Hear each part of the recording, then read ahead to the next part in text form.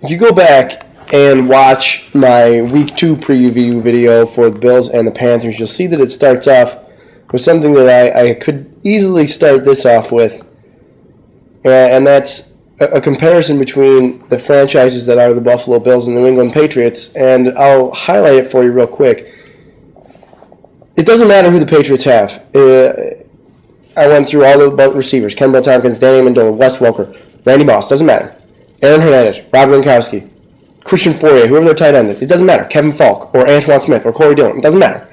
As long as they have Tom Brady and Bill Belichick, they find ways to win games late. They did it again on Sunday. The Bills, conversely, doesn't matter who the coach is: Mike Mularkey, Greg Williams, Perry Fewell, Dick Duran, Chan Gailey, Doug Marrone, doesn't matter who the quarterback is: J.P. Lossman, Drew Bledsoe, Kelly Holcomb, E.J. Manuel, Ryan Fitzpatrick, Trent Edwards, or Thad Lewis. They continue to lose games the same way. It's mind-boggling.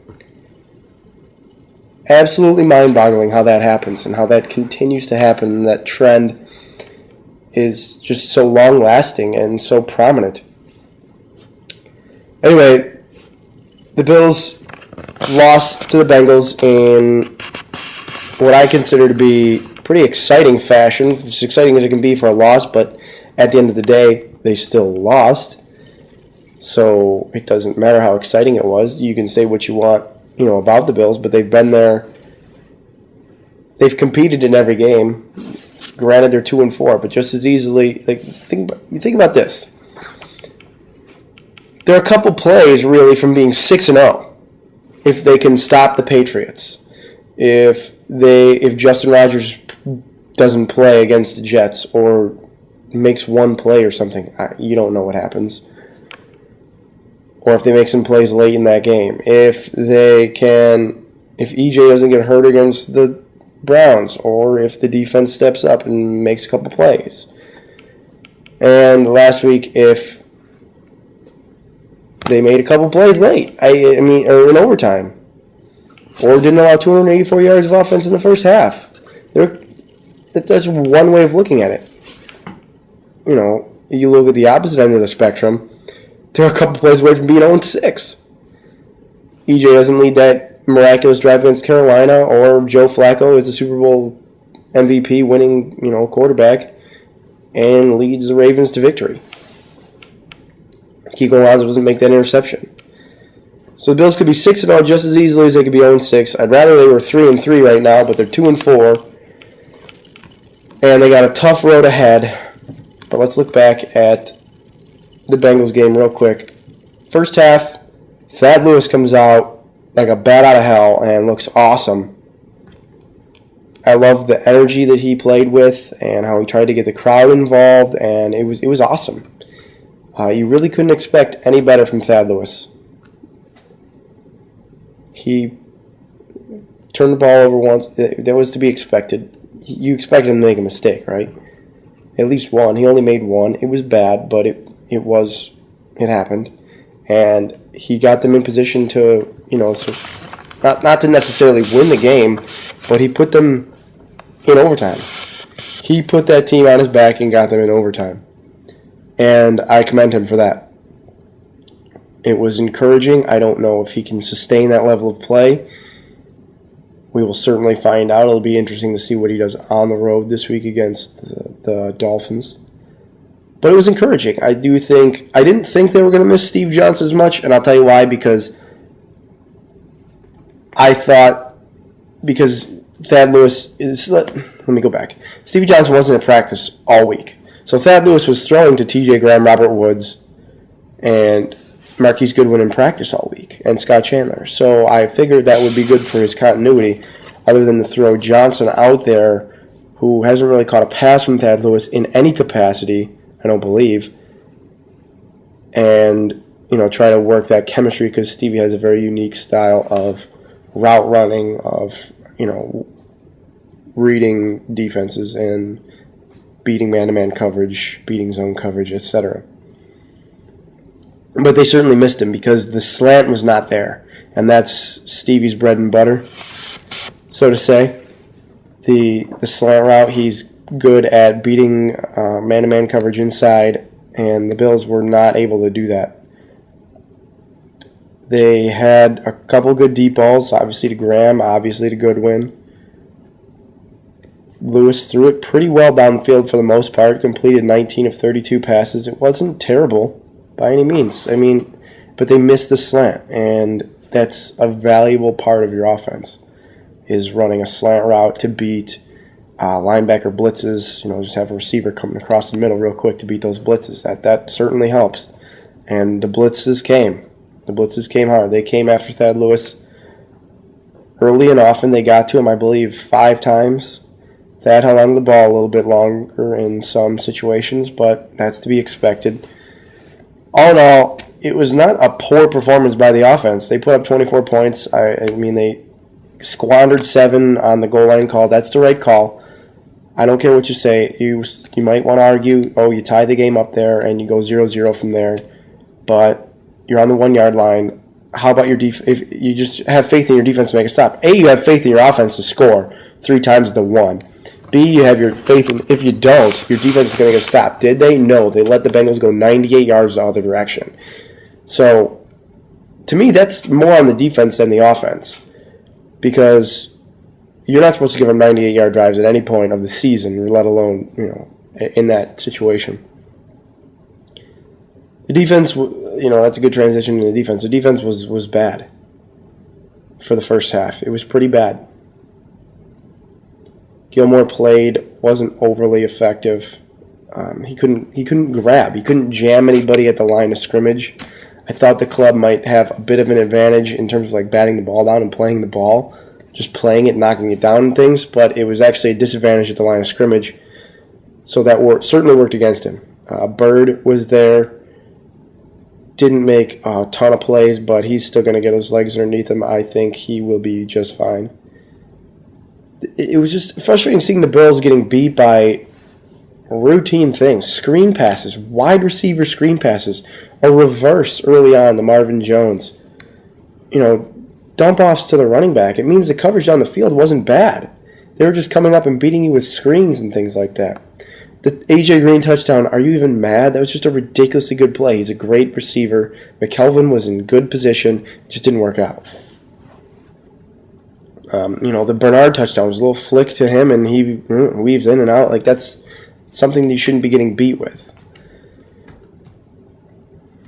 They did force 1 turnover, the Leonard interception, which the offense didn't turn into points after he returned to the 38. That was a pretty big thing to me.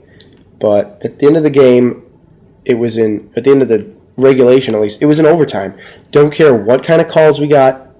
So, there were bad calls at times. The Goodwin where he got dragged down by the back, terribly missed call, but it doesn't matter. At the end of the day, the Bills were in overtime. They had the ball in overtime. If they score a field goal, if they score points, they win. And they went 3 and out, and they punted, and they couldn't cover a punt. Might have been a penalty on the punt. Leonard looked like he got blocked in the back easily, but they didn't call it. They couldn't cover the punt, even on a really high kick from Mormon, who is back, thankfully. How about that first punt, by the way? Couldn't get any better. But anyway, he booms one up in the air. Punt coverage isn't there. They return to the 33. Bills lose. That part's not really on the defense, but it's a team sport. It's a complete execution. And, it lies in all 3 phases, even the coaching, which I didn't think was bad on Sunday. I didn't think it was bad. It's just you win as a team, you lose as a team, and they lost as a team. And they need to really hit their stride. They dug themselves a big hole at 2-4. They got 4 super tough games coming up at Miami, at New Orleans, at home against Kansas City, and then at Pittsburgh. I don't care if Pittsburgh's 1-4. They're at Pittsburgh is not an easy place to go.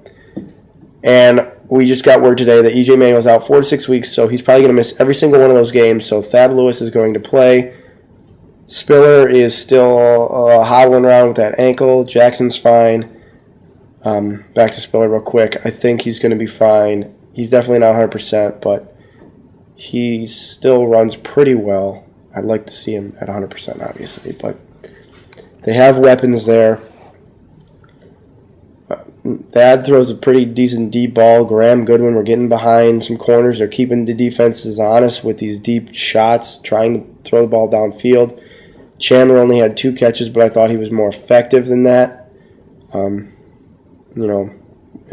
terms of, well, first of all, blocking, and secondly, drawing enough attention to himself to get guys like Graham and Goodwin open. Because Woods was pretty much locked down by Leon Hall the whole time, and that's, that alludes to Stevie being out, which did not help. Anyway, they got some sort of continuity going into next week with Thad Lewis. They signed Matt Flynn. I don't really want to talk about that. Why not? They were ill-prepared when EJ went down with Jeff Toole, so now they're overly prepared. That's how I justify it. And granted, Matt Flynn, not great, but it is what it is. I think he would go in before Jeff Toole again. I really do. So let's bring on the Dolphins. Who did they play last week? Oh, nobody. Terrific. Who do we play next week? The Saints. Who do the Saints play this week? Oh, nobody. Terrific. Anyway, the Dolphins are a beatable team. Mike Wallace is there, Cameron Wake's there. They're beatable, but I think they're in better shape than the Bills. I think they'll be better prepared for Thad Lewis. Whoosh. Sorry for the quite obvious jump cut. I wasn't paying attention. Battery died. Whatever. Sorry. Anyway, talking about the Dolphins, we mentioned they have guys like Mike Wallace, Cameron Wake, Randy Starks, Tannehill's there. Charles Clay's tight end. He's been performing pretty well. They don't really have that much of an established running game with Lamar Miller or Daniel Thomas, so that might be something the Bills can exploit. Tannehill's protection hasn't been great all season long. The Dolphins are they're finding ways to get it done, so I got to give them credit for that. I didn't think they were going to be that good there, but they're not bad. They're certainly not bad. Defensively, they're very sound, I think, and I think they certainly have the ability, like I said, before the jump cut, to be better prepared for Thad Lewis. They could be better prepared to stop the run. The Bills got throttled, for the most part, against Miami last year. In Miami, Fitzpatrick was the quarterback, but nevertheless, they did not look good. And it's never an easy place for them to go. Road games are never easy in the NFL, and this one is going to be no different. I think the Bills might struggle to move the football unless they establish a running game early. Jackson's going to be on Fred Jackson. I think he needs to be effective. Spiller can be effective in certain spots, absolutely, but I don't think he's fully healthy. So it's going to be, I think, relying heavily on Fred Jackson to carry the load. I can still see Spiller, like I said, getting 10, 12, maybe 15 carries, but I don't think they're going to overwork him by any means, and especially if Bills' defense lays in their first half egg and allows 284 yards and 17 points, and the Bills are forced to play from behind. I think the Bills will be there. Again, I don't think they're going to get blown out by any means. I think it might be similar to the Jets game where they struggle early on and they struggle to move the football, struggle to pick up first downs. But I think the defense will keep them in it. I don't think they're going to win. But I don't think they're going to score 20 points. Because here's a stat for you. If you came into this video or follow me on Twitter, at GTOLone, that's it's the same as my, it's over here, same as my YouTube username. The Bills and the Broncos. Bills and the Broncos. I think we're about to have a comparison. The Bills and the Broncos are the only two teams to score over 20 points in every game so far this season. So I can't hate on that. All I can hate on is the record. You are what your record is. They're 2-4, and that's something they need to improve. So anyway, I think the Bills are going to drop it to the Dolphins on Sunday, 23-13. That's what I'm going with. Dolphins 23, Bills 13. Hope I'm wrong. Hope they make me eat my words. Anyway, guys, thanks for watching. I appreciate all of you. Hit me up on Twitter or on here. We'll talk.